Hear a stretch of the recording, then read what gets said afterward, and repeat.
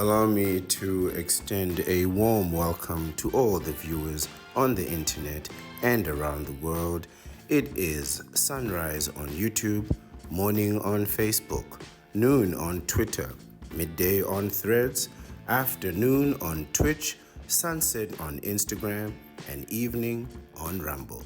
I am your host, the Ancient One, the Bachelor Supreme, the Phantom Menace, he who remains, and the master of the deceptive arts.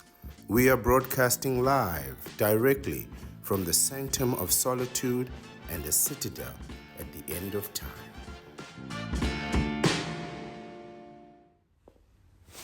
Good evening, everyone.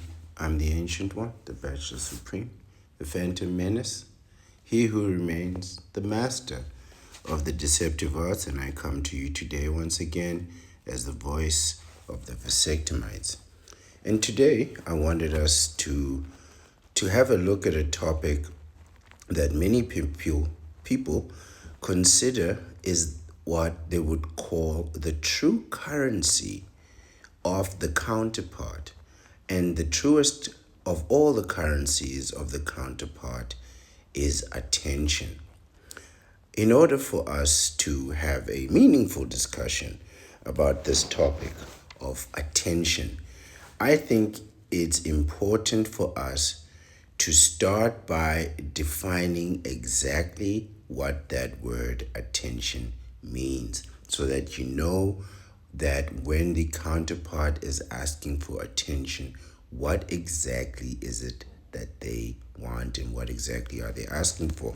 Now, I know the connotation, in other words, the feeling, the emotions, the connection that the word attention evokes in the hearts and minds of many people, even some knee benders also. But in order for us to have a decisive and concise discussion, we need a stable, consistent, and true definition of the word attention so that we can work with that.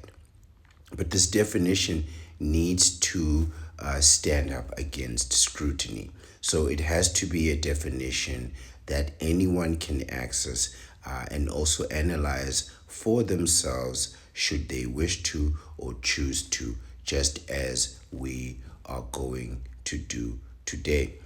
But not only will I define, or rather we define the word attraction, I want to define two other words to accompany this word attraction. Now, these words might seem synonymous, but they're not really synonymous so much as they are complementary, right? So two words that I believe are complementary to the word attention are the words attraction and validation. So what is attention? This is going to be very interesting. Attention is a word that is ambiguous. It has two meanings, which means it has two meanings or no clear meaning. So attention means, firstly, notice taken of someone or something. In other words, to see, identify, to notice someone or something. With regarding of someone or something is the regarding of someone or something as interesting and important. So on the one hand, you take notice of that person, right? We're talking about people, not things. On the one hand, you take notice of the person, you see, you observe the person. And on the other hand, you need to regard that person as both interesting and important. Doesn't that sound like a lot of work?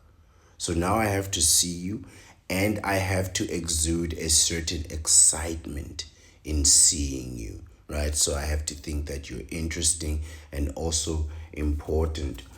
The second definition that I have here, which I think is very complementary to the first definition of attention.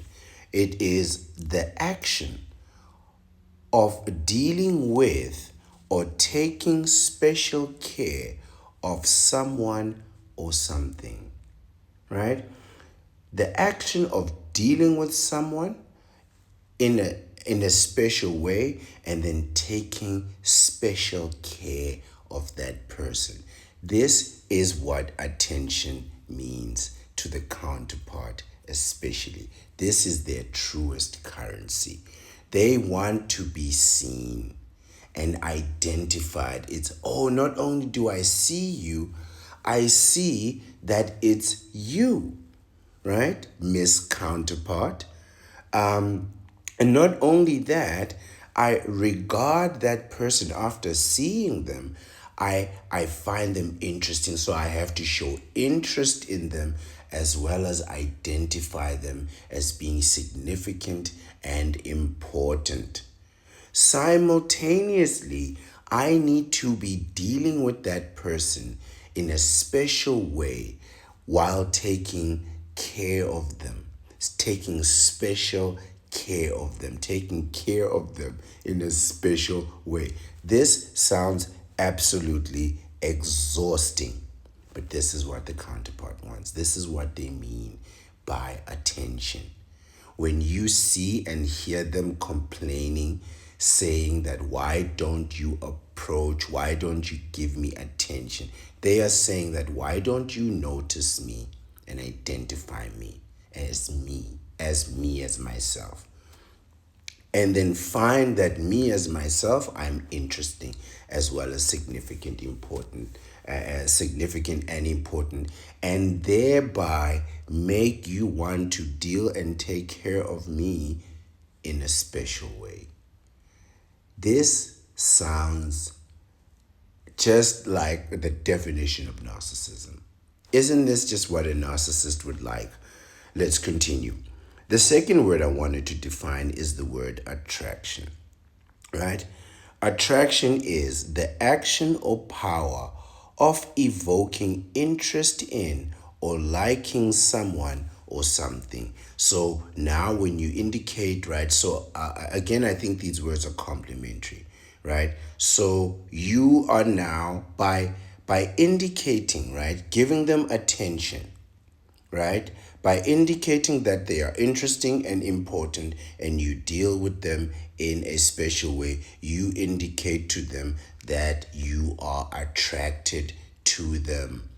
By doing this, you show attraction to them. This is the power of evoking interest. So when they get attention from you, they believe that they have the power to evoke, to bring out of you interest or liking for them. Oh, this is extreme.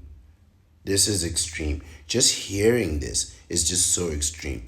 There's another definition here. I believe there was a third one, but that one had to do with tourism. And we're not talking about tourism, like tourist attractions. That's not what we're doing here. The second one I want us to look at is, it says, a quality or feature that evokes interest, liking, or desire. Right. The key word there is that desire, right? Desire, desirability, seductiveness, what they call intimacy appeal, right? So now you just, it's not just enough for them to get you to find them interesting, to get them to feel important, to treat them in a special way. You also have to find them desirable. You have to find them flirtatious, seductive, appealing. This is exhausting. But this is the level that you have to be at to deal with the counterpart, right? Our last word is validation, right? So validation is recognition or affirmation that a person or their feelings or opinions are valid or worthwhile. So let's just put all this together into the mixing pot. Now remember, all of this is happening without her, the counterpart, doing absolutely nothing. They just simply appeared, and all of these things were induced from you to her. She has done nothing. Of course, this is not true, right? The beauty industry indicates that. The cosmetics industry and cosmetic surgery industry indicate that a tremendous amount of effort goes into the counterparts' lifestyle, trying to get you to give them this attention, to find them attractive, right? And then treat them specially, and thereby validating who they are, right? You are validating that you are recognizing and affirming, right? Recognition and affirmation. So not only do you recognize it, you agree with it. You reinforce that their feelings and their opinions, not the facts, that their feelings and their opinions are not only valid, but they are worthwhile. So effectively, these people want to be seen as heavenly. Effectively, they want to be seen as heavenly. This combination of words is what I would define as princess treatment. When they say they want princess treatment, I'm going to bring it all together. They want you to notice them, to see them, to identify them. They want you to regard them as interesting, significant, and important, like above others, right? Then they want you to do the actions, to perform the actions, bring them the drinks, bring them the flowers, bring them the gifts and so on. They take them on the trips and so on and so forth. You have to take the actions that will make them feel that they are being treated and dealt with and cared for. Not just cared for, but cared for in a special way. Oh, but there's more, right? Then you have to find them attractive. And so you have to let them know that it is them that evoke the feeling in you.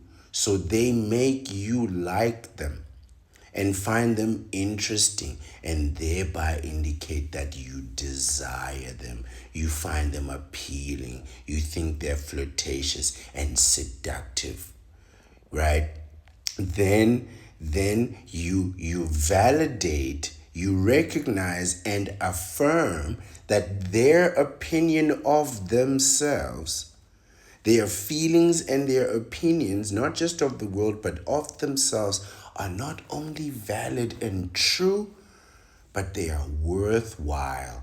It is worth their while to have these feelings. Like they deserve to feel like this. Madness. I mean sheer madness. This is princess treatment. This is why you bend the knee.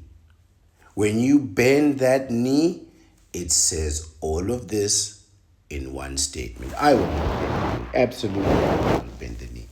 Absolutely, I will not bend the knee. Just understanding the scope of attention that we're dealing with, right? Just based on these definitions, you can see why the counterpart finds attention to be so valuable, right? Not just from you, but from other people, from other men, and from society at large. This is why they need that attention, because it gives them this combination of things that otherwise would otherwise not be there, right? These definitions also indicate why someone who values attention from other people wants to be seen not just attractive to others, right? But more important, to be a step above others, right?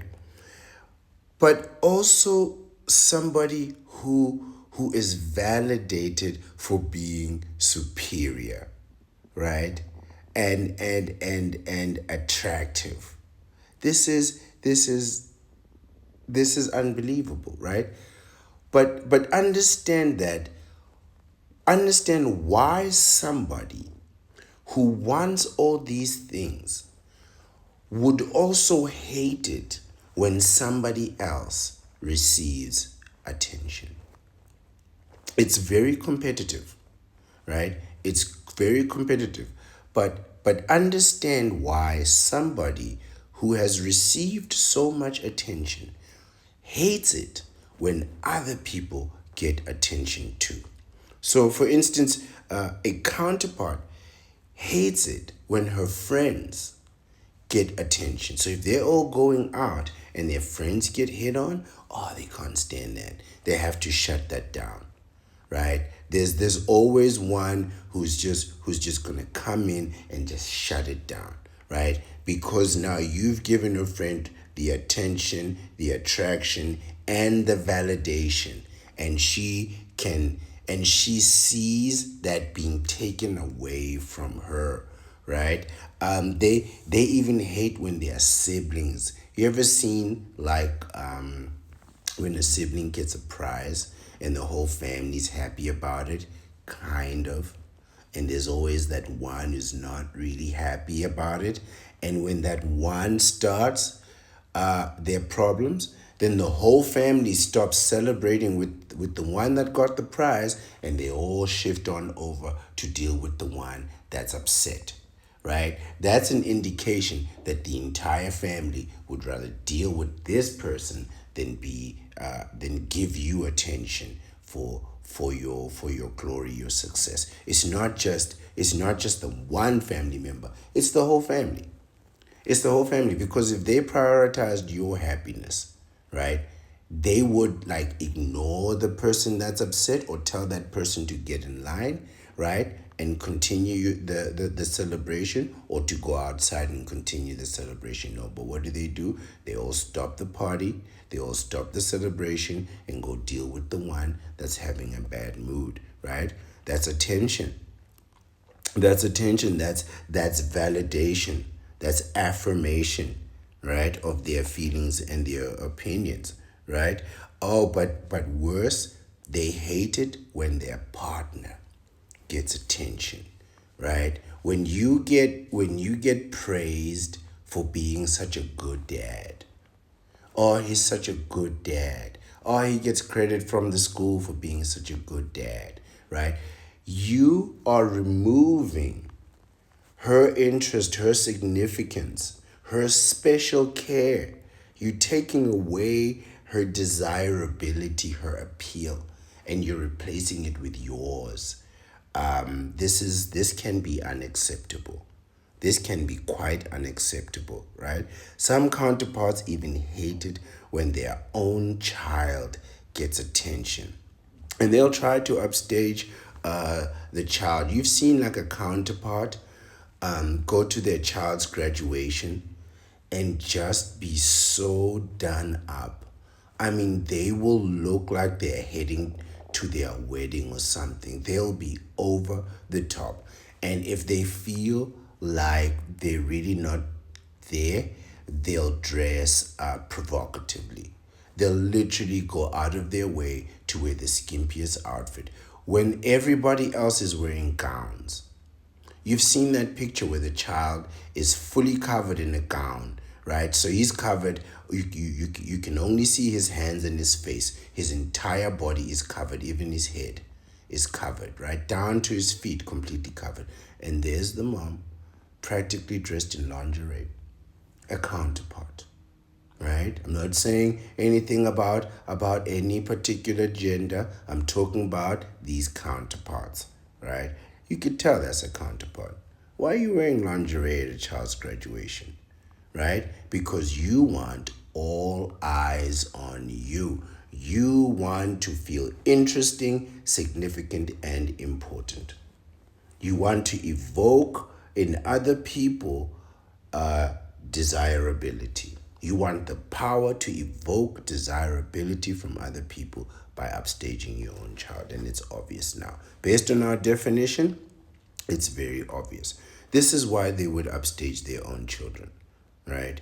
And they will perform, they'll get loud, they'll get belligerent, they'll get violent, they'll do anything. They will dance in the most insane ways just to get attention, just to get that recognition, that affirmation, that to indicate that they can evoke desirability. They have the power, right? It says here, the action or power of evoking interest in someone or something, right? So this is attraction, right? It is the action or the power to make somebody give you their interest and their liking, right? For them, this is power. This is power, right?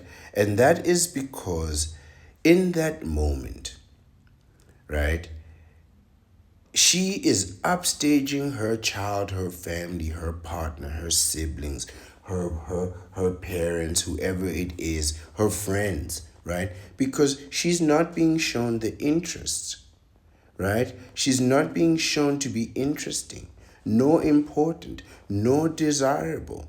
And that invalidates her, right? And it is a literal physical demonstration. It is a manifestation of her insignificance and inconsequence in this world.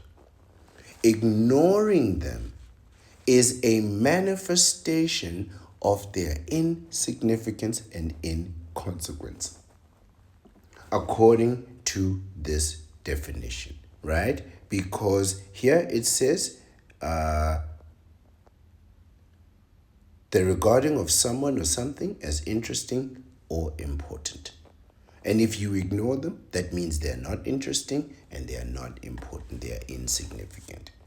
The value of attractiveness, attention, and validation creates a steep inclination of competitiveness in those that seek to be perceived in that way. They will compete with each other, their counterparts, for the most attractive, right? Who can get the most phone numbers, who has the most DMs, who can reject the most people. This is really what it's about. This is really what it's about. This is why social media is so popular, because there you can actually keep account of all the incoming attention. So when the number of likes go up, the attention goes up. Number of likes go down, the attention goes down, right? So people are very competitive with attention, and this is why. This is why, right? And quite frankly, there is no limit to which people will go to be perceived as attractive and to avoid being seen as unattractive, undesirable, uninteresting, of being seen as not flirtatious or being seen as seductive. The beauty industry and cosmetic industry are proof of the financial, physical, and emotional, even psychological extent that people will go to be perceived as attractive and thereby receive attention and validation, right? But there is also a definite financial gain for them to being perceived as interesting or important, right? And that is men, right? And quite frankly, men and some other people will pay money and expound a tremendous resource to be with an attractive counterpart, right? So remember the second definition: the action of dealing with or taking special care of someone or something, right? The counterpart wants actions that deal with her by taking special care, by taking care of her in a special way. And that means money. That means money. Really, that's what every counterpart dreams about, right? That the ones that deem themselves as interesting, important, appealing, or desirable, this is what they want, right? To be cared for in a special way. This special care has to include things like a special lifestyle, special places to go. It must obviously include financial care, lots and lots of financial care, right? This is Earth, remember. This is Earth, the biggest corporation in the universe, right? So if somebody is going to receive special care, that means money. And this is why attention is seen so much as the counterpart's currency. It's not only do you pay attention by giving acknowledgement, recognition, affirmation, by giving notice, in other words, identifying them, recognizing them, as I mentioned, right? Regarding them as interesting and important, right? Not only do you pay attention through these ways, right? Through validating their feelings as being worthwhile, which of course their feelings are not, because their feelings are whimsical and fleeting, which is quite frankly the opposite of worthwhile. But you also pay through taking special care for them, right? Through spending that money, right? Which is what men do, which is really what men do. From the minute you meet her, it is nothing but spending money. And I'll prove it to you. You start by buying her a drink. That's the first thing you buy is a drink, an overpriced drink, maybe two, maybe three, and whatever else comes with drinks. From the minute you meet these people, you spend money. You think the money is spent later on, right? Then you go on a date, right? Which is drinks and a meal and whatever else comes with that, a show, an activity, whatever, right? Next you escalate to trips, vacations, spending time with family, weekends, all of that. Maybe she'll even move in, right? And you keep escalating. Soon, you're getting married, you're buying a house, you're buying a car. Next, you're divorced, so you gotta give her the house, you gotta give her the car, you gotta pay the alimony, you gotta surrender your retirement. All you've done since you've met these people is pay, pay, pay. And this is what they're not telling you. There's no moment where you don't pay. There's not an instant where payment is an option. And I'm not talking about the figurative type of payment. I mean cash money payment. Currency, fiat currency, legal tender. That is what it costs to play the game. And I keep telling you the winning move is not to play the game. Forget the house and the retirement for a moment. Your first interaction with her was financial. You bought her a drink.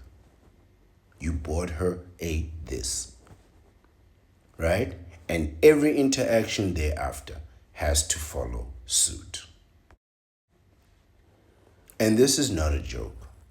And this is not a joke. And not only do I make this assertion, right? There is a statistic that I'd like you to keep in mind, right? Consider this. Consider this. Of the world's population, around 1% are millionaires. Billionaires are like nothing. Billionaires really don't exist. You're never going to meet a billionaire, not in real life, right? But, well, you might. Who knows? Who knows? But around 1% of the world's population will ever make $1 million in their life, right? So let's say a million currency, right? So let's say you are in Australia, and around only 1% of your population will make a million Aussies. I don't know what the Australian currency. I think it's Australian dollar, but I'm gonna call it Aussies, right? Only 1% of that population will make a million Aussies, right? Now consider this: of those millionaires, that 1%, that maybe less than 1% of those millionaires, only 10% are the counterpart. Only 10% are the counterpart of those millionaires.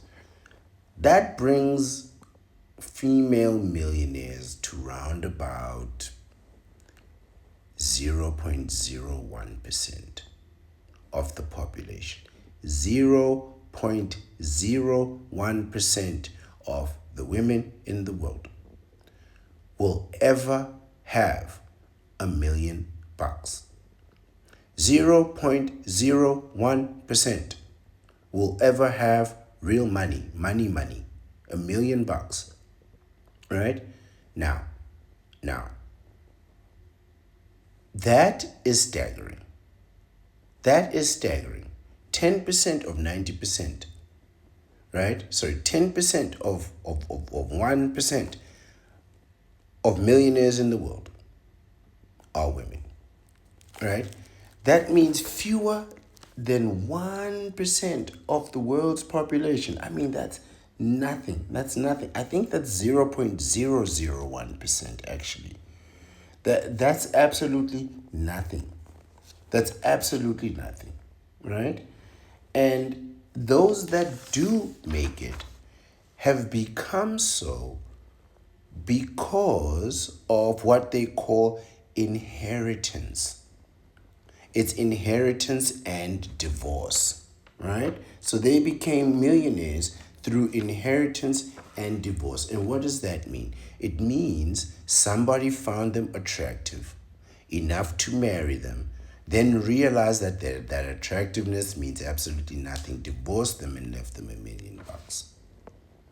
Clearly, you can see why attraction is important to the counterpart, especially one with no power of accomplishment of her own.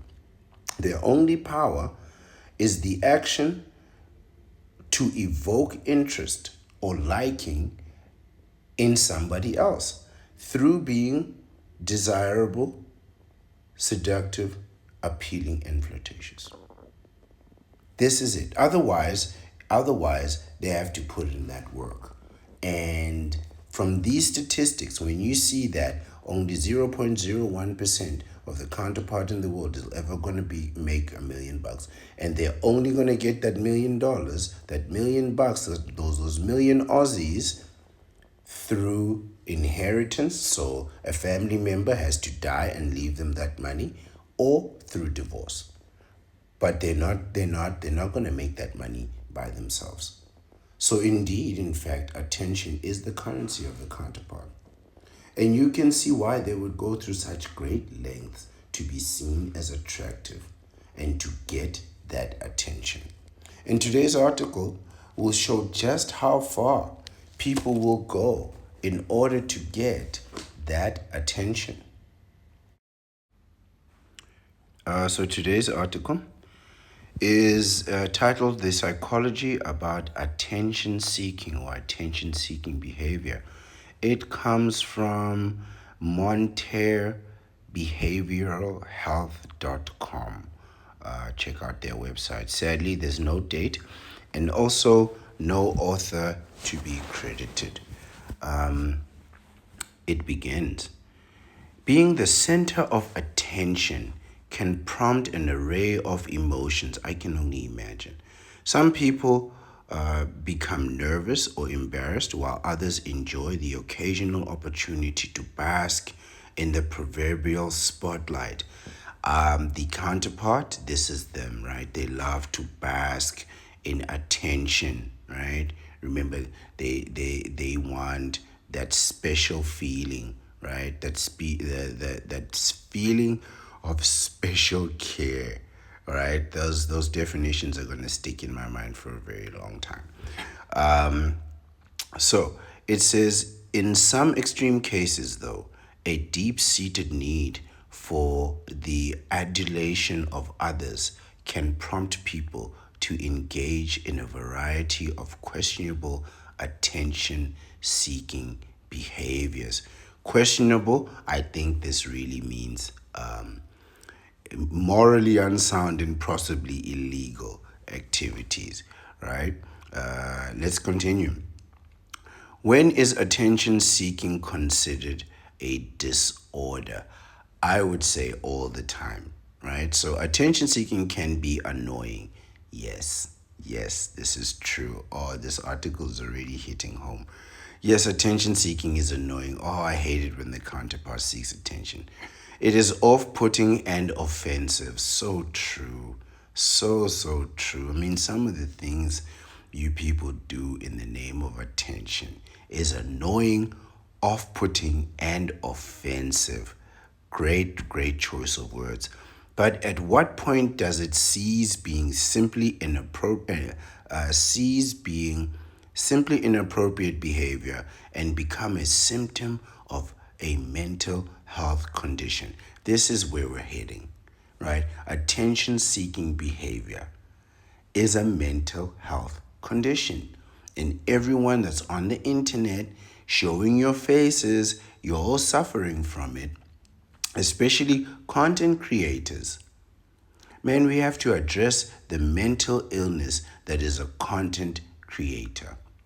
This is a person who wants to be famous. More than they want to be successful and wealthy, they want to be known. They want attention. They really, truly want us to notice them, right? To recognize them, to find them interesting and important, and they also want to be dealt with special care. Counterparts and content creators, male and female content creators, have the same desire for attention. You want somebody to take special care of you. You want to be found to be interesting, to be important. And fortunately, that's possible now in the age of hip hop and other things, celebrity stardom, Hollywood and whatnot, you had to be one of them to to gain this attention, right? But now you can just spark your camera at home and be broadcasted to thousands of people, millions of people throughout your career, throughout your lifetime, right? People don't have to see all your videos. They just need to see one video once in a while and they'll know who you are, right? But definitely, I think if you're a content creator and you come across this video, you might need to get yourself checked out. You may be suffering from a mental health condition that is akin to attention seeking behavior. Fantastic, isn't it? Attention seeking behaviors can be associated with several mental health disorders, including anxiety. I know a lot of people suffer from anxiety, right? Anxiety may just come from the fact that you don't feel safe. And let me tell you something. If you don't feel safe, it's probably because you're weak. I'm being honest here, I'm not being malicious. People who don't feel safe feel that way because they are threatened by others. That's what feeling unsafe means. It means you are aware that there is a threat and a danger to you. So if you recognize someone as a threat and a danger to you, they also indicate a sense of power over you. They can hurt you, but you can't hurt them. That's real power. So if you are feeling unsafe, if your counterpart says, "Oh, I don't feel unsafe," it's because they are weak. There's no other reason, right? It's not because of your behavior. It's not because you were raised poorly or you have a bad background or you've made mistakes in your life. It's because they are a weak person. That's the only reason, right? We also have bipolar disorder. I'd say bipolar mood disorder. There is oppositional defiant disorder, histrionic personality disorder. I'm not sure what any of these are. Borderline personality disorder and narcissistic personality disorder. Oh, I know exactly what that one means. Narcissistic personality disorder, yours truly. Me, myself, and I. That's me, all the way. Yes, yes, I'm a narcissist. Textbook narcissist. I'm not even like one of those, pretend narcissists. Like, oh, but in the background, I'm humble. No, no, no. My humility comes through falsehood, and it comes at a great, deep personal cost. I really have to bring it all the way down. I'm a true narcissist, textbook narcissist, right? Don't ever let me become president. I will change the constitution on the first day. You make me president, I'm making myself king for life. I'm not letting go. There is no way. There is absolutely no foreseeable way where I would reach the pinnacle of power and then just let it go. Just walk away. Goodbye, no argument, no fight, no opinion. Thank you. Oh, it's the law. What? No, change the law. Change that law immediately. What? Why would you give up being president? Why would you give up being president? I mean, I know what the constitution of countries say. I know what the situation is, and I can accept it. I'm a law-abiding citizen. I'm just discussing an idea with you. Me personally, I would struggle with that. I would struggle with reaching the pinnacle of power and then walk away. Just walk away with no opinion. Just no opinion. Thank you, Mr. President. Your time is up. You've done 5 years, 10 years. Shake hands. Everybody have a nice day. Absolutely not. Absolutely not. We are changing that constitution today, right? And you can change it back after I'm gone. It says, in today's post, we're going to focus on just one of these conditions, histrionic personality disorder. This is what we're talking about, histrionic personality disorder. According to the 5th edition of the Diagnostic and Statistical Manual of Mental Disorders, DCM-5, the 5th edition, DCM-5, yes, Diagnostic Statistical Manual of Mental Disorders. If you had to say that out loud in a room full of psychologists, they'd probably be confused, right? But if you use the DCM-5, everyone will know exactly what you're talking about.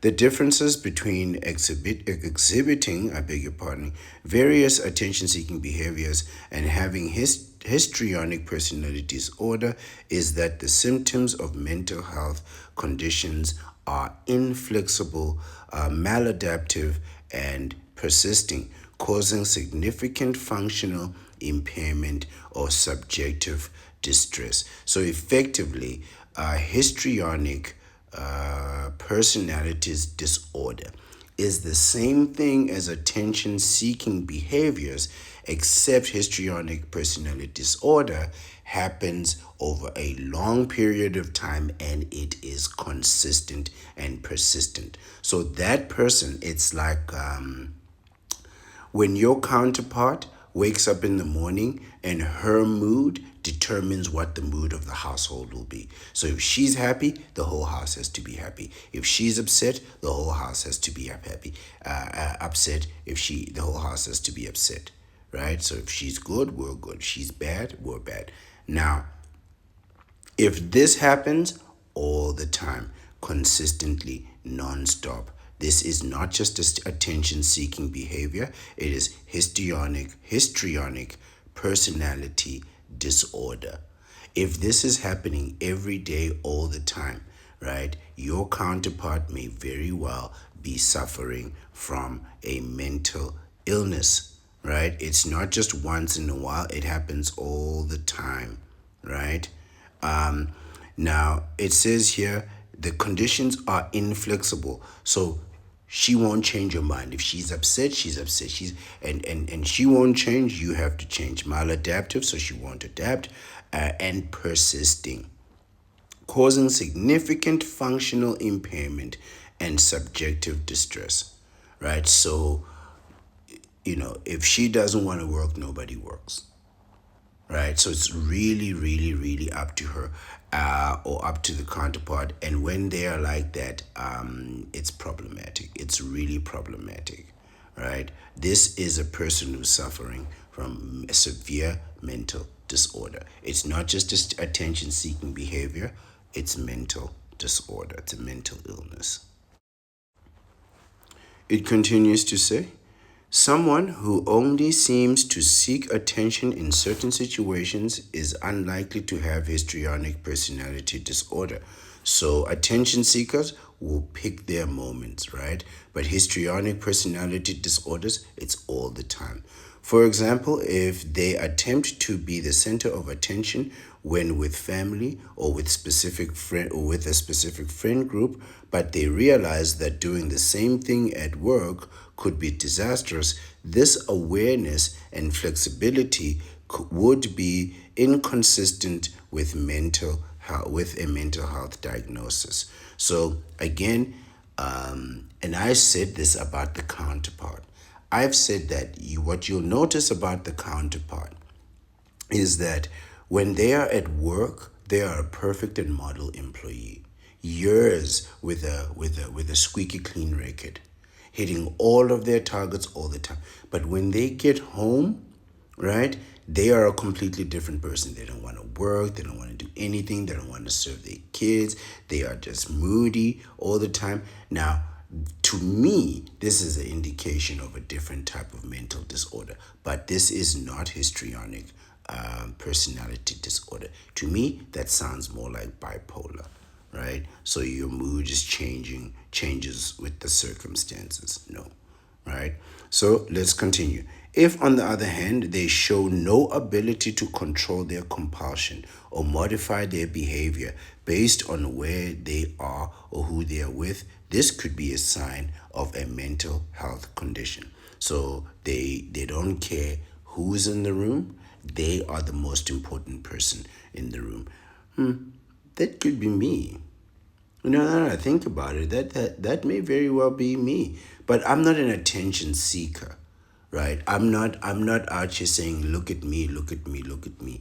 I prefer a quiet sense of power, right? I prefer knowing better than being seen, right? I'd much rather know everything about you and have all the information about you than for you to have any information about me. I wonder what mental disease that is. I'm sure they've got a name for every kind of behavior, right? So don't take mental disease very seriously. I mean, mental health disease anyway, right? Because what they do is they just describe a sequence and series of behaviors. And if it's persistently negative, they assign disorder to it. And if it's not, they assign behavior. So it's either mental health behavior or mental health disorder. But really, we're talking about the same kind of thing. So it says mental health disorders that involve attention seeking can be treated, but people who have these conditions are unlikely to seek care on their own. So not only will they continue to seek attention, they won't seek help, they won't identify their attention seeking as a mental health disorder or as a problem. To them, it'll just be who they really are, and you need to love them as they are. They won't identify that as a form of coping or dealing with some type of trauma, like it's a mental condition, right? And they won't seek help on their own. And if you try to have an intervention, they'll probably refuse the help and see that as an insult. Or they may let the intervention happen, give you the feeling that they're winning, and then go back to the same bad behavior that they started with again, so you can have another intervention. Why? Because intervention is all about attention. It's a room full of people talking about you, letting you know that you've been seen, you've been heard, all that kind of thing, that they recognize you, they affirm you. That's what an intervention is. That's why interventions fail, right? Ultimately, the person goes into treatment and then comes out and repeats the bad behavior, and the intervention happens again. Most people don't have just one intervention, they'll have like 10 of them in a very short period of time. And it says, in cases like this, I beg your pardon, a loved one may need to convince the individual to consult with a mental health expert, as they may not realize that their behaviors are problematic. Now, they will love therapy. This is the problem with attention seekers, right? Now, you are taking them to therapy and they get to sit there for an hour while you spend money on them so they can talk about themselves. Just think about that. You are literally giving an attention seeker the thing that they want the most. Just time to talk about me, me, me. And then what they'll do is they'll bring in the husband to talk about me. They'll bring in the kids to talk about me. They'll bring in the parents to talk about me. They'll bring everyone that they want to talk about me. Attention seekers love therapy. It is just the perfect thing for them, right? They weren't getting this. There was a time when people used to go to their faith for counseling, right? So you would go to the leader of your establishment, whatever that establishment is, but you would go to a faith-based counselor, religious-based counselor for marital counseling, right? And that didn't work because number one, it focused on a higher power and the will of that higher power. And number two, it focused on the family. Number three, it put the man in the head as the head of the family. That failed completely. Therapy is completely the opposite. It starts with the individual and it ends with the individual. It's all about what the individual feels and thinks. And they just affirm and validate and recognize that their emotions, feelings, and opinions are worthwhile. That's what therapy is, right? It's all about validation and special care, right? You spend money on them to get special care, to have their feelings, their opinions, their emotions affirmed and validated. Why do people seek attention? Let's do it. It would be impossible to list every reason why some people feel the need to seek attention, but the following are examples of some potential causes of this behavior. Number one, they have low self esteem and need continuous praise and reassurance from others. Doesn't this just sound like the counterpart? Right? Low self esteem, continuous praise. You look beautiful. I love you. You look beautiful. I love you. Let me take you out. Let me do something nice for you. Blah, blah, blah. Oh, it's exhausting. All day. It's exhausting. It's a young man's game. Really, it's a young man's game. When you get older, man, you don't have time for all this. You really can't make time for all this. Number two, they are jealous of someone else, of course. Of course, I mentioned this earlier on. Jealousy is always in play. Jealousy is always in play. This is part of the reason why I'm not I don't put my face on the internet, right? So they're jealous of someone else, so they attempt to divert all their attention to themselves, of course. You know, as a lifelong bachelor, right? I've mentioned this before. I've traveled to a tremendous number of countries, and I started doing it when I was very young. And while traveling is a very popular thing to do now, it's still very difficult and expensive for people to do. but not so difficult, not so expensive for a young bachelor with no kids, no wife.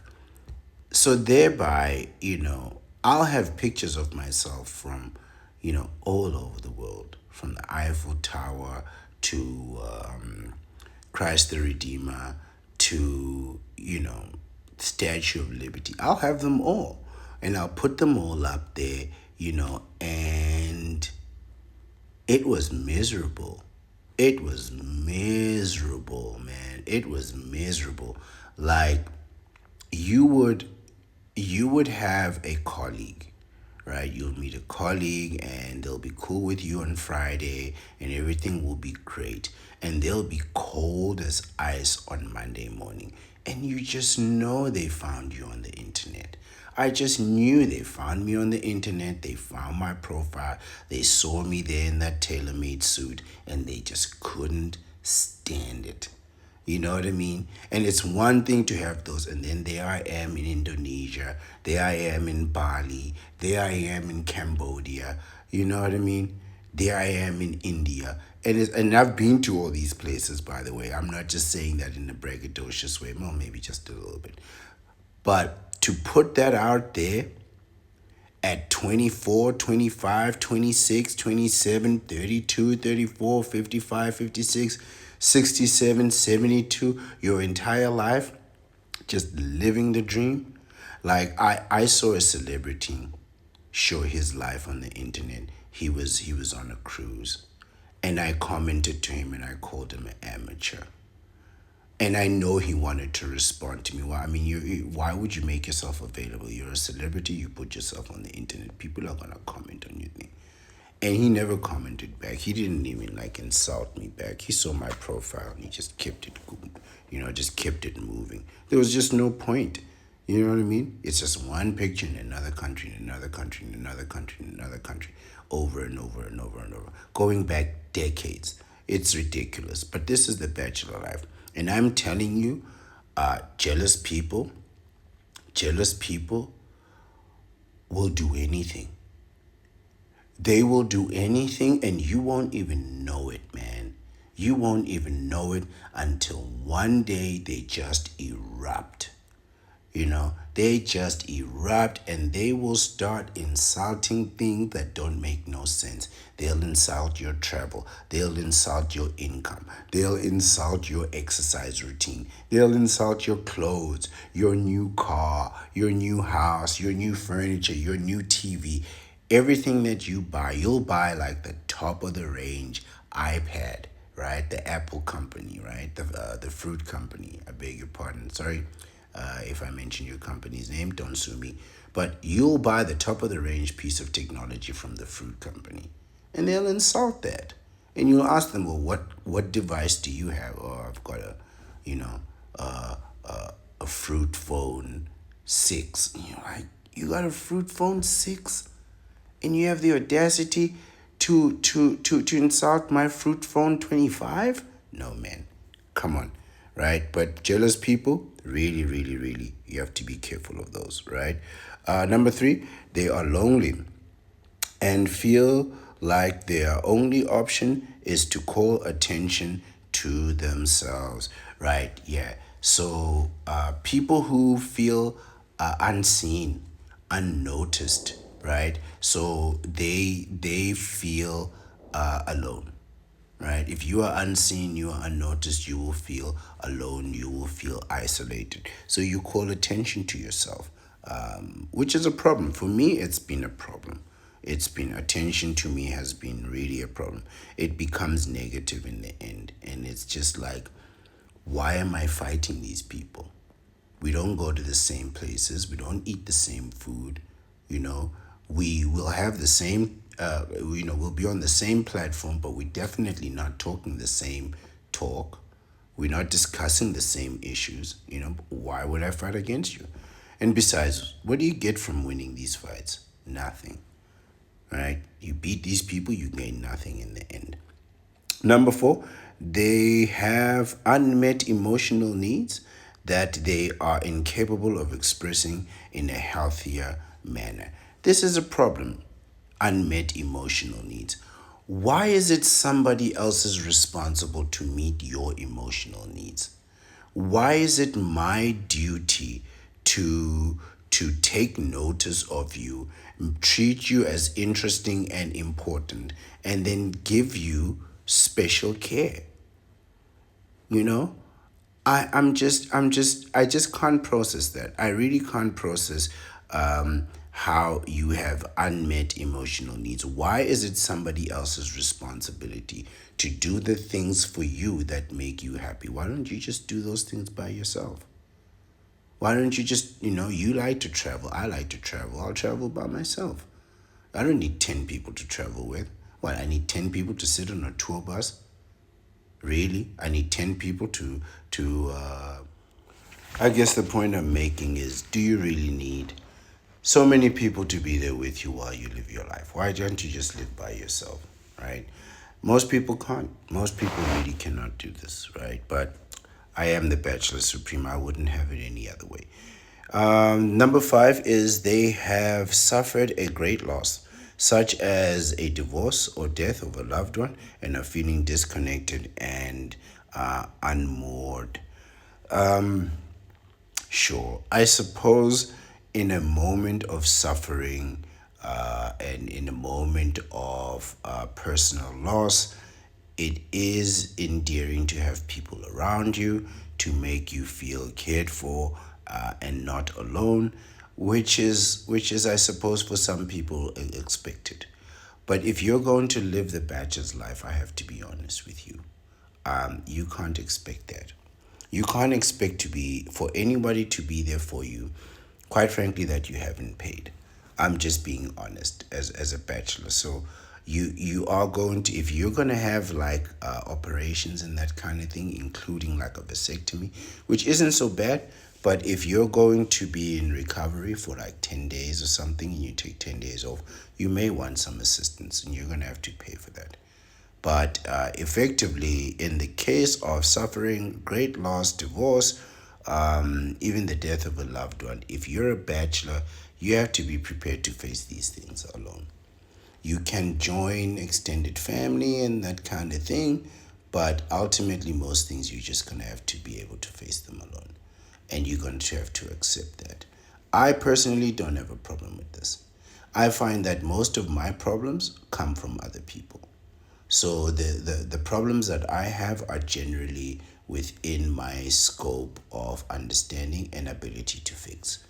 So really, it's just that simple, right? I don't really have problems to the extent where I cannot cope or deal with those problems myself, and I need somebody to come in and intervene on my behalf.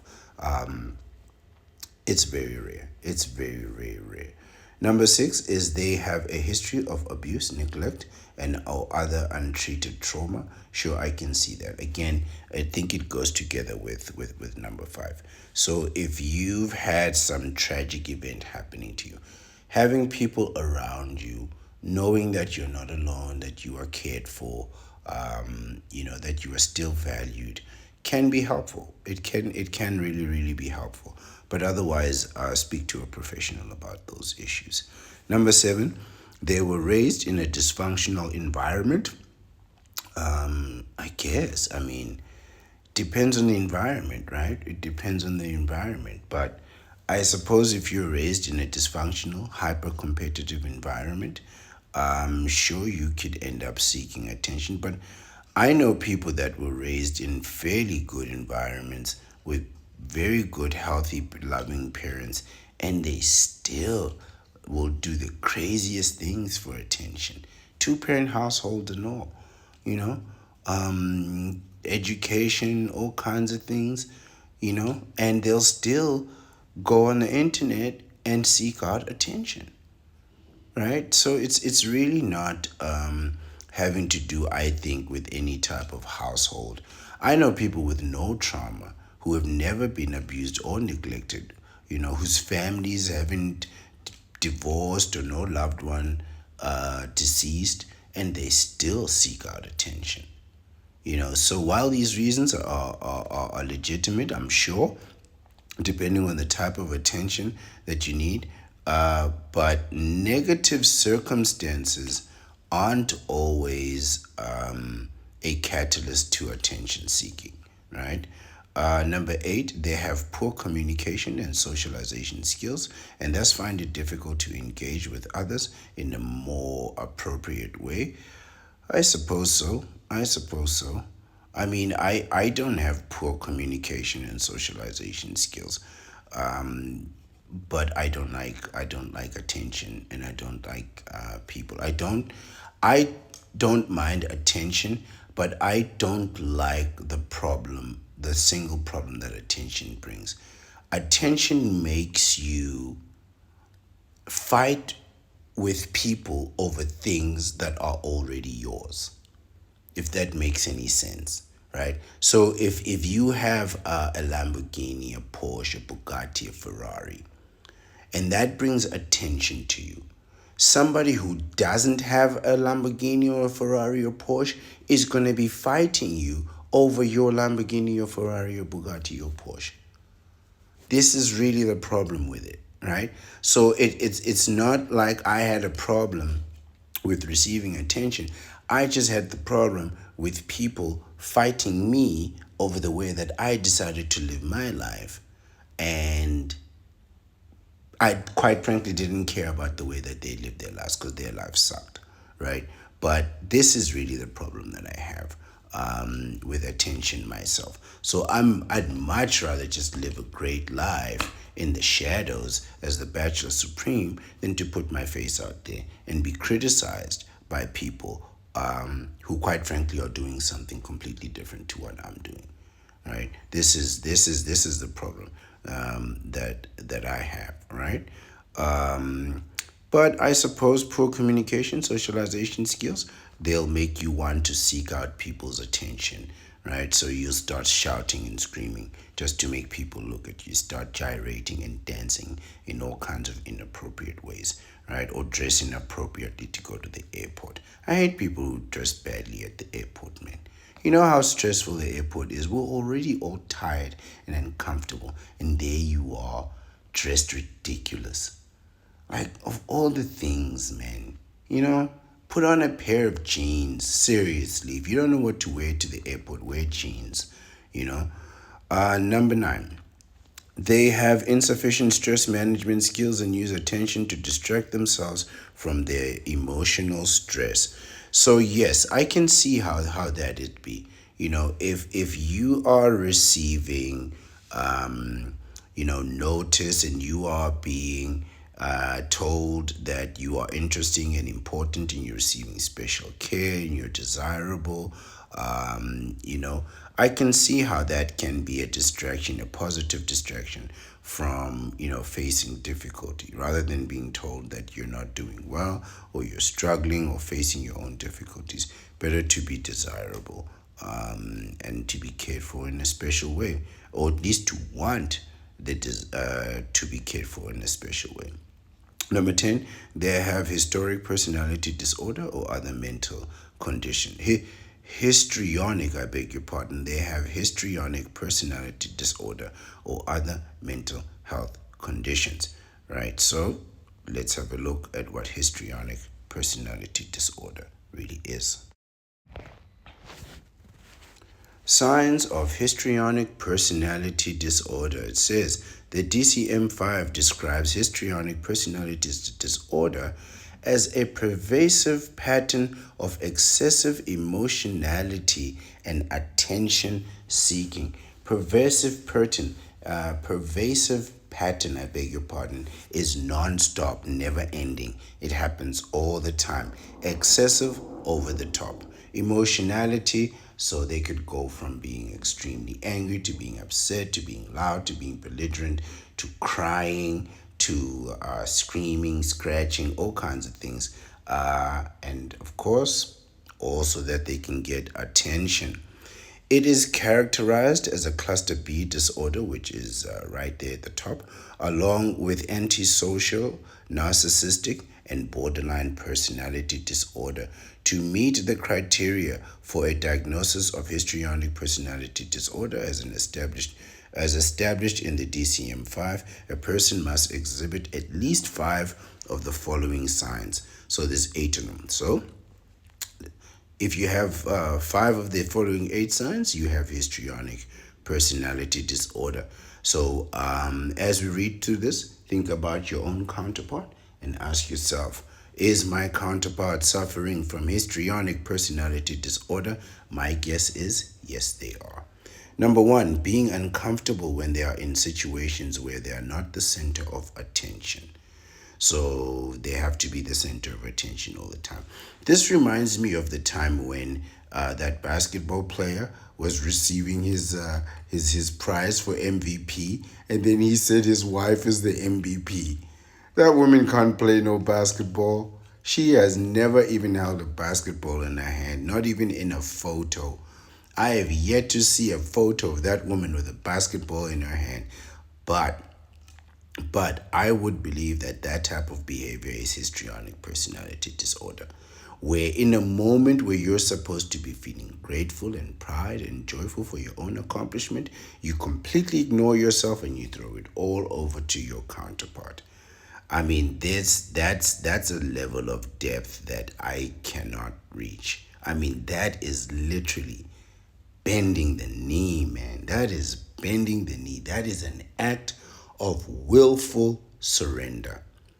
Number 2, frequently engaging in inappropriate, intimate, seductive, and provocative behavior when interacting with others. So we're talking about a flirtatious person, whether blatantly or indirectly. So you could be flirtatious in the way that you dress, in the way that you present yourself, in the way that you deal with others, in the way that you dance, in the way that you touch, stroke, right? Frequently engaging in inappropriate, intimate, seductive, or provocative behaviors. This can include dancing, looking at people in a certain way, text messaging, videos, sending out videos, pictures, inappropriate, intimate seduction, right? Provocative behaviors. That's all what the internet is all about. That's all what social media is all about. It's just people being intimately seductive and provocative. This tells me, when I think about these behaviors and I associate these with my own counterparts,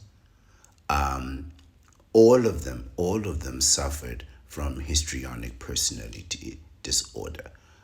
Their attention seeking was excessive and intimacy was always in play. Really, it's the go-to move, man. It's the go-to move, and it's like if you cannot find them seductive and attractive, desirability really is the word. It's not intimacy, it's desirability. There was always a constant need to not just be seen but to be found to be intimately desirable, which is frustrating. 3, displaying a rapidly shifting shallow series of emotions. Right. Going from hot to cold, up and down, left and right, changing your mind, making your mind. One day you're feeling strong, the next day you're weak. The next day, one day you don't need no help. The next day, all you want is to feel safe and protected, right? And all so that people can give you attention. All so that people can say, hey, what do you need? What can we do for you? How can I help you? Right? It's all in the name of attention. This is a very exciting list. Very, very exciting list. Number 4, consistently using their physical appearance to draw attention to themselves, right? Not dressing appropriately, not covering up, exposing intimate parts of yourself. Like it's always interesting to me how the counterpart can find it appropriate to expose intimate parts of themselves, right? But you can't limit your exposure to just like legs, lower legs, and limbs and arms. You have to go all the way scandalous, right? And this is an indication of attention-seeking behavior. Absolutely an indication of attention-seeking behavior. It's undeniable. Based on this information here, it is undeniable. I'm already at 4 out of 4, right? I'm already at 4 out of 4. One more, and all my counterparts are suffering from histrionic personality disorder, right? So you only need 5 of these to get to this condition. I'm already at 4 out of 4, right? Consistently using their physical appearance to draw attention. Yeah, that's desirability right there. And number 5, employing a speech style that is excessively impressionistic and lacks detail. 5 out of 5. 5 out of 5. They nailed it. All the counterparts. You know, when you don't understand what somebody says and they are talking all the time and they lack details and specificity, and it's all whimsical and in the air, and I get frustrated and I'll say, what are you talking about? What is the topic? What is the topic that you are discussing, so I can define it and correspond with you? There's no topic, there's no definition. There's always a lack of details. Right? There's always a lack of details, and then complaining about the outcomes. And it's like, but you know, I'll give you a simple example, right? Are you hungry? Nah, not really. Okay, sure. I'm gonna go get something to eat. Would you like something to eat? No. Are you sure? No. You come back and she's like, why didn't you get me something to eat? You know, that kind of thing? I'm not that kind of person. Like that for me is a reason to end a relationship. Really, I've ended relationships from that, because to me it's deception. You're lying to me. You set me up for failure. I asked you for what success would look like. I guaranteed success. You refused that success. You chose failure, right? And now that you have decided to choose failure for yourself, I now have to diminish the quality of my meal. I don't have enough food for 2 people. I have enough food for myself. Now if I have to split this meal in half, it means I have to go buy another meal again very shortly. Which means now I've eaten 2 meals in one day instead of just the one. Because I just wanted the one meal, would have satisfied me. Now I have to eat 2 meals, 1.5 meals, which is too much food. Now it's a problem when you could have just got your own meal. You see, now this is setting me up for tremendous failure, not just in the immediate moment, but in the future, right? Cause now I'm gonna step on the scale and I'm gonna see the results and I'm gonna blame myself, right? Because I know I'm not gonna buy a meal, eat half of it, buy another meal and eat half of that. I'm gonna buy the meal and I'm gonna eat the whole thing. This is how it is. So your interference, right, has now created a situation for me where I incur failures later on. I end relationships for that kind of thing. Really, I do. Really. I end relationships for bad decisions. Seriously, that's like not even bad actions, just making the wrong choice. I'll just be like, how do you trust someone who doesn't make the right decision? What is the point of thinking if it leads you to the wrong outcome? What is the point of thinking if it leads you to the wrong answer? Aren't you better off just doing what you're told by somebody who knows, rather than thinking for yourself and getting it wrong anyway? Right? Number 6 is expressing emotions in dramatic, theatrical, and exaggerated manners. Yes, this is the counterpart. I've got 6 out of 6 so far. Wow. This is better than I thought. 6 out of 6. Dramatical emotions. I felt so sad. I felt so unsafe. I felt so endangered. Again, I'm going to say it again. You feel unsafe because you're weak, not because of other people's actions, right? Only weak people feel unsafe. But yes, the drama, the theater, the exaggerations, this is all what the counterpart is all about. They'll bring in everyone. They'll bring in the priest, they'll bring in the psychologist, they'll bring in the police, they'll bring in their parents, they'll bring in their kids, they'll bring in the judge, they'll bring in the military if they could, just so somebody could watch them perform. Just so somebody can be like, hey, look at me. I'm still here. This is why they suffer in marriage. It's really not because the situation in marriage is bad. It's because they're just not getting any attention. And they crave that attention. We define what attention is. You know what attention is by now. You know what attention is by now. It's exactly what they want.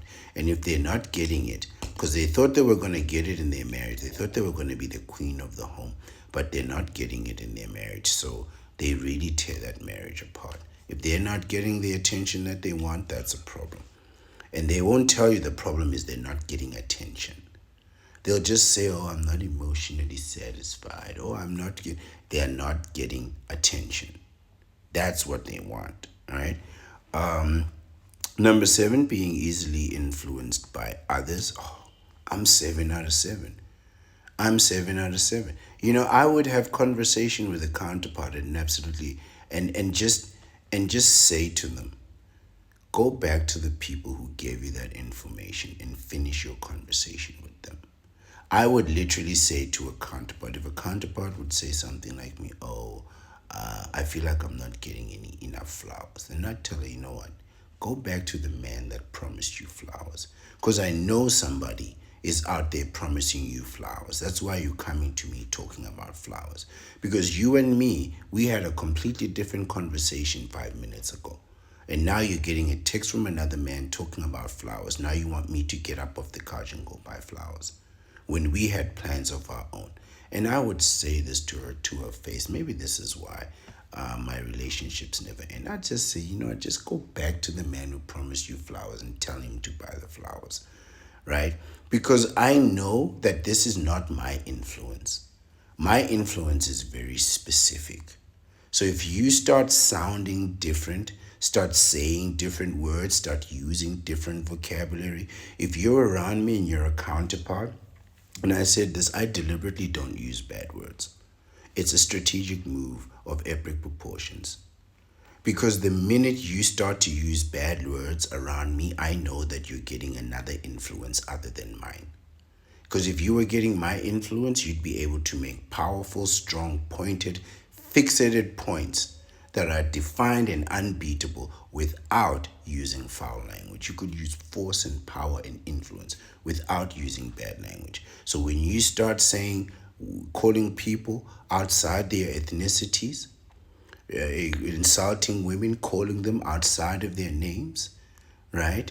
That type of thing, using strong language, right? All kinds of language. I'm not going to repeat it here. You know what I'm talking about. Then that's an instant indication to me as a practitioner of the deceptive arts that you are getting your influence from other philosophies and other practices.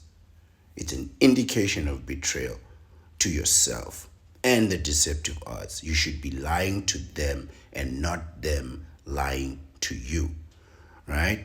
So, being easily influenced by others, 7 out of 7. And number 8, I'm absolutely sure all my counterparts have this one too. Considering the relationship to be more intimate than is actually the case. Yeah, they do this, right? So they'll tell you that they have a man who loves them and buys them things and takes them places. I'm used to men who buy me things. I'm used to men who buy me bags. I'm used to men who take me trips. I'm used to men who do extra things, right? But none of those men are there right now. It's like, where are those men right now? Why don't you call him right now and tell him to bring that bag and come and take you to eat those meals right now? Right now, do it. Because I'm absolutely sure that if you could be with a better man, and I say this to every counterpart, I'm absolutely sure that if you could be with a better man than me, you would be there with him right now. And if you aren't with him right now, it's either that man doesn't exist or he doesn't want to be with you. Because here you are talking about him. It means you're thinking about him, you desire him, you want to be with him. Then where the hell is he? And why isn't he here paying for your meal? Right? Because I'm the best you can do. I'm the absolute best you can do. And I'm not saying that because I'm a great person with a wonderful personality. Listen to my personality. My personality sucks. I don't have a wonderful personality. But I know if you're here with me with a personality like this, under these circumstances, that you absolutely messed up and you can't do better than that. Right? You absolutely messed up and you can't do better than that. Otherwise, you'd be with somebody that's more loving and caring and doesn't keep telling you to run off to other men on a whim. Right? Other men are like, oh no, he wants me to stay with him. I'm like, go, go, go. Right? And if you are still staying here, that means I'm the best you can do. And if you could do better, you'd be with somebody who didn't want you to go, go, go. It says here most people who have histrionic personality disorder begin to exhibit the signs and symptoms of this condition in late adolescence and early adulthood. So it's adults acting like children. It's pretty much adults acting like children because you come out of childhoodness where you've been given princess treatment all day, every day by your parents, by your school, by your friends, by your relatives, your extended family members. And then when you come out into the real world, you seek that out. Princess treatment. This is what this is. I call this all princess treatment, but they call it histrionic personality disorder. And I think this is really what we've all been trying to describe as princess treatment, right? So you come out of childhood and then you go out and you seek a tremendous amount of attention.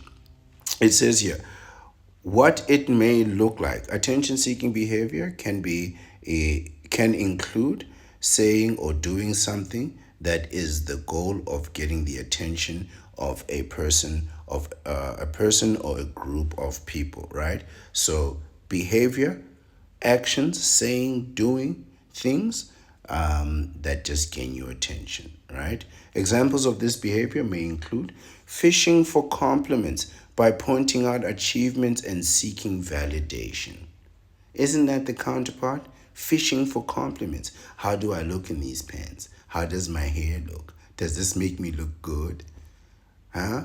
Why don't you give me enough compliments? You don't tell me you love me enough, right? This is exactly what the counterpart does. Number 2, being controversial to provoke a reaction. Oh, yes. They always pick a fight and then end up losing the fight so they can play the victim. They always start an argument just to lose the argument and play the victim. They hate it when they start an argument and you agree with them. They want you to disagree with them. Or what they'll do is you'll say something completely sensible and they'll disagree with you just so that they could provoke a reaction, just knowing that they're completely wrong, right? There are counterparts who make a point of moving to another country being completely wrong, right? I want to move to the other side of the country. I want to move to a new country just so they can provoke an argument. And then you let them move and they ruin their lives. And they just end up moving back home. You know, you've heard this all the time. Counterparts say, yeah, I decided to change. I quit my job. I moved to another part of the country. It didn't work out. I just moved back in with my parents. The truth is they didn't want to move. They just wanted an argument. And you didn't give them the argument. You agreed with them. And so now they have to live that out, right? I'm telling you, you're wasting your time with these people. I myself have had enough of this. Personally, I just I just don't participate, to be honest with you, right? And it's not a matter of not desiring or anything. It's just a waste of my time at this point. I'm really not about to be arguing about towels. Really, I'm not about that. Not at all. Number 3, exaggerated and embellished stories to gain praise or sympathy. Yes, all their stories are embellished. All their stories of bravery and strength, all those stories are embellished, right? There's not a single counterpart that ever stood up to anyone, a bully, or anything like that. Not a single counterpart over changed the system or anything like that, right? All their stories are embellished. In other words, they're all lies, right? They're all absolute lies. And if they were in a situation where they had to be brave, you can be certain that there were other people to help them be brave. So there were police, there were lawyers, there were doctors, there were therapists, there were their parents, the entire sports team, the whole school was behind them, the whole community was behind them, everybody was supporting them, and then they could stand strong. But all by themselves, no way. And then they will lie about how strong they were, how accomplished they were, how they could do all these things at a young age, when in truth, no, none of that is true. None of that is true. Like they'll say things like, I used to be able to play the piano at 6 years old, but they can't play no piano today. And it doesn't work like that. Learning the piano is like riding a bicycle. You don't forget, right? Even if you might miss a note here and there, but effectively the fingers, once the fingers start moving, they keep moving, right? It's like muscle memory. So yeah, these people are liars. And number four, pretending to be unable to do something, so someone will teach, help, or watch the attempt to do it. So they'll act, oh, I can't do this, help me. And then, so now you have to watch them do it. Oh, give them praise. Oh, you're doing so well. And you're like, this is the simplest task in the team. They don't know how to fill in a form. They don't know how to type a document. They don't know how to copy. They don't know how to read. They don't know how to write. They don't know how to count. They don't know how to do economics. You know what I mean? And they're doing this all to gain attention at first. At first, they sort of struggle to get attention, and then they get attention. Then they just stop trying. They stop learning altogether. And then they act dim-witted, ditzy they call it, right? They act ditzy, and because that gets them attention. But eventually, it proves to be the case, right? It proves to be the case that they really don't get what's going on. They really don't get economics. They really can't count. And you look at the debt that they have, it'll prove that, right? At first, it's like a game that they play, and then after a while, they just embrace that personality because they realize I can get more attention by not knowing anything than I can by proving to people that I know things, right? This is very insightful, very, very insightful, this article. The final screen says histrionic personality disorder is a chronic condition. This means that a person is unlikely to ever be considered cured. However, with proper care and continued effort, they can learn to manage their symptoms and adopt healthier behavioral patterns. That is staggering. This means that an attention-seeking person can never be cured. If they seek attention, histrionic personality disorder, they will always seek attention. It's not going to stop. It's not going to end. They will never be cured. The best they can do with proper care and continued effort is to learn to manage their symptoms and try to adopt, to learn healthier behaviors. This is the same thing that we have with narcissistic personality disorder, right? This is our condition, along with paranoia and distrust of other people. There's no cure for this. There's no cure for this stuff. You can either accept it and live with it. So if you're an attention seeker, the best you can do is be good at it. If you're going to be a narcissist, as I am, the best you can do is try and attain as much power and wealth as you can, because you're not going to cure it, and you're going to spend your whole life trying to manage something that, quite frankly, it is who you are. And you need to accept this of people. If somebody is an attention seeker, it is not their behavior, it is who they are. There is no cure. You cannot cure a person from a thing which they are. This is something that a lot of people need to come to understand. Right? If somebody's an attention seeker, if somebody's a narcissist, as I am, right, you can't cure that. It's not going away. I'm not going to wake up tomorrow and want less money and want less freedom, and suddenly I'm ready to raise kids. It's not going away. It's never going to be cured. I'm never going to wake up and want to provide and protect. I detest the notion. It goes against my most fundamental instinct: selfishness, self-preservation, self-care, self-love, self-determination, self before society. I have peace when I say those words. But happy wife, happy life, I'd rather get shot in the face. Finally, it says contact Monterre. I think it says it's Monterre about our behavioral health treatment center. If someone in your life has been exhibiting the symptoms of histrionic personality disorder or another mental health condition, Monterre Behavioral Health is here to help. We offer a full continuum of life affirming care at multiple locations throughout Southern California. In every program, at each of our treatment centers, your loved one can expect to receive customized service and close personal support from a team of skilled and compassionate professionals. To learn more about us or schedule a free assessment, please visit our contact page or call us today. That's Monterre. What is that? Contact Monterre, whatever it is. Behavioral health. There you go. There you go.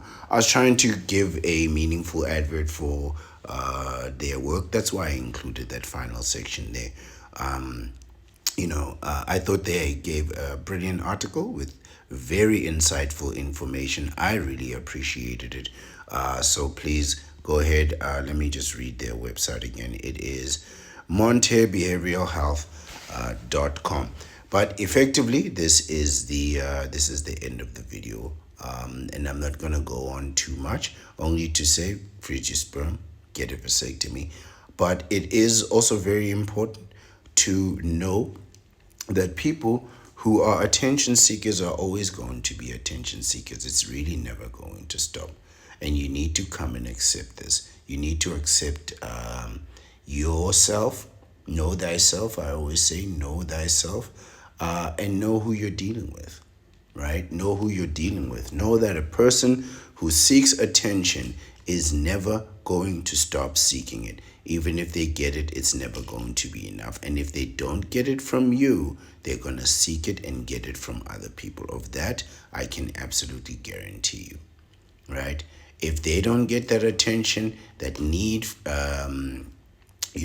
for the need for validation, the need for to feel attractive, to feel desirable, the need to feel interesting and important, to receive special care.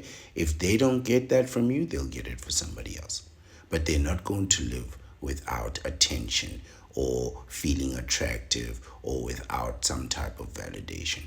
And many of them won't even have to go look for it, right? The first 2, 3, 4 people that come there giving them that type of attention and that validation, they'll take it. And they'll have absolutely every good reason to do it, because at the end of that, they're going to get some special care and they're going to get recognition and affirmation, right? This is why the counterpart wants attention. And you're saying, well, why are you always looking for attention? Why are you always trying to get attention, right? Because it gives them what they want, right? It really gives them what they want, right? Somebody notices them. They are found to be interesting. They are deemed to be important. They get special care. They are desirable. They're seen as seductive, as appealing, right? They get recognition and affirmation that their feelings are valid and worthwhile, along with their opinions and their thoughts. So yes, they're gonna go looking for attention. And if you don't affirm their opinions and their feelings, if you keep telling them that they're wrong for being who they are and they are wrong for who they want to be and want to spend time with, that's going to result in a conflict. It's absolutely going to result in a conflict, because they are looking for attention. They won't say it. They won't say, I want attention. I'm really wanting attention. I crave attention. They just say things like, I feel unheard. I feel unappreciated. right? They want attention, right? And it's never going to stop.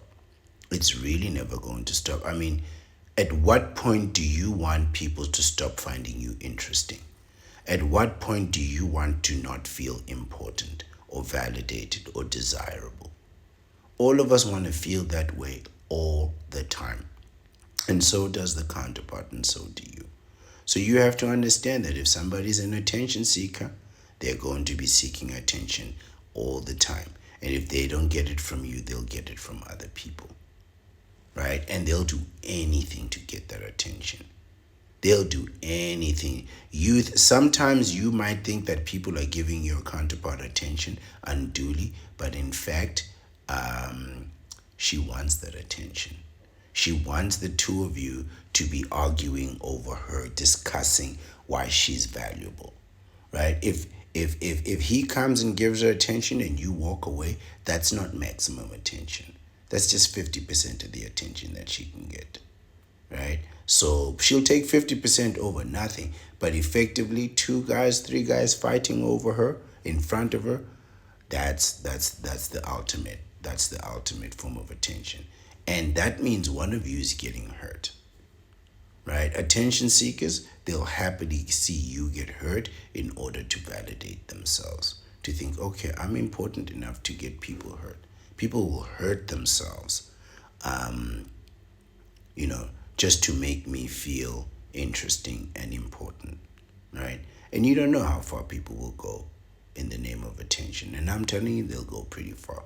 So, if somebody's looking for attention, if you see that their profile is all about attention, look at me, look at me, look at me, that person is dangerous. I don't care if it's a man or a woman.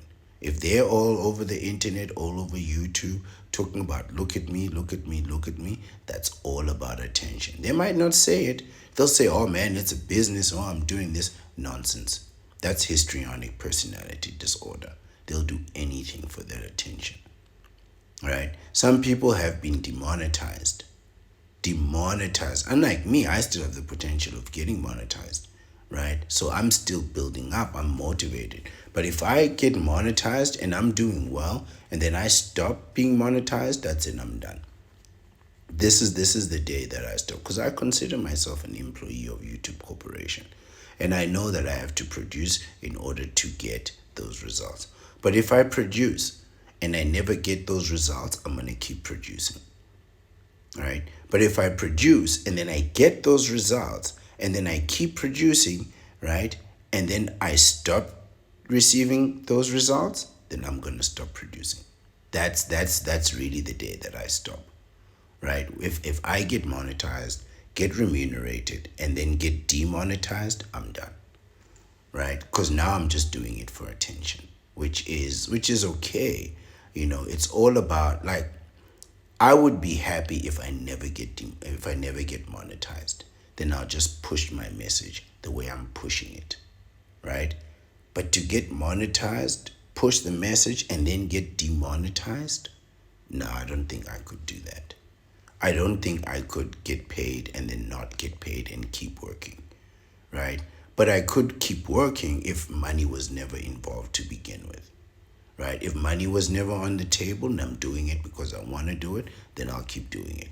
But once you pay me and then you stop, man, that's a sick way of de-incentivizing people. But it works. It would absolutely demoralize me and de-incentivize me. But the people who keep continuing without that reward, I mean, you either love the message or you love the attention. But there's something in it for you, right? And you got to be aware of that. You got to be aware that people love attention.